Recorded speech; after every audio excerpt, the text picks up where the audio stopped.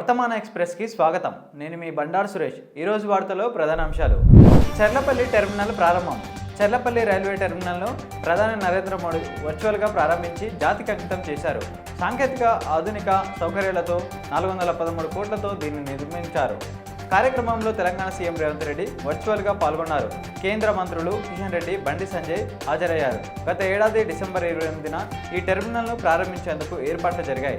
అయితే మాజీ ప్రధాని మన్మోహన్ సింగ్ మరణంతో ఆ కార్యక్రమం వాయిదా పడింది. భాష ఆగిపోతే శ్వాస ఆగినట్టే. మాజీ ఉపరాష్ట్రపతి వెంకయ్యనాయుడు భాష ఆగిపోతే శ్వాస ఆగినట్టే, బంధం తెగిపోయినట్టేనని మాజీ ఉపరాష్ట్రపతి వెంకయ్యనాయుడు అన్నారు.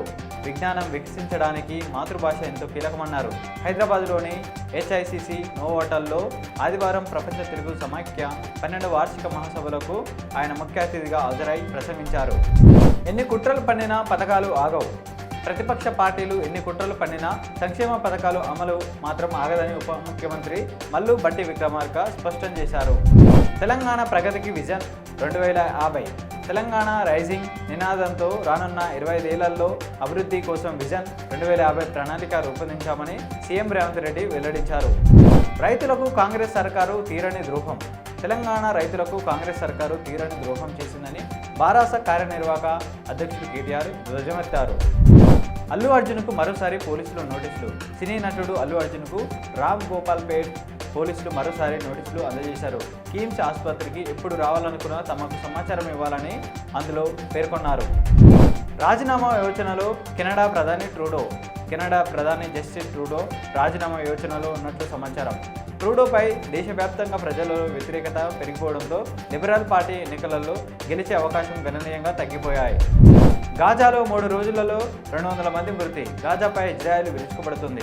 గత 3 రోజుల్లో ఆ దేశ సైన్యం నిర్వహించిన దాడుల్లో 200 మంది పైగా ఫలస్తీనులు మృతి చెందినట్లు ఆదివారం గాజా ఆరోగ్య శాఖ తెలిపింది. హన్మకొండలో ఆర్టీసీ ఎలక్ట్రిక్ బస్సు సర్వీసులు ప్రారంభం.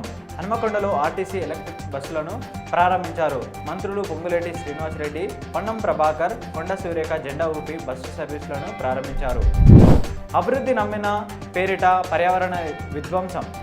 అభివృద్ధి నమూన పేరిట రాష్ట్రంలో విలువైన స్ఫటిక రాయి గుట్టలను కార్పొరేటు ప్రైవేటు సంస్థలకు కట్టబెడుతూ ప్రభుత్వం పర్యావరణ విధ్వంసానికి పాల్పడుతుందని ప్రొఫెసర్ అరగోపాల్ ఆరోపించారు.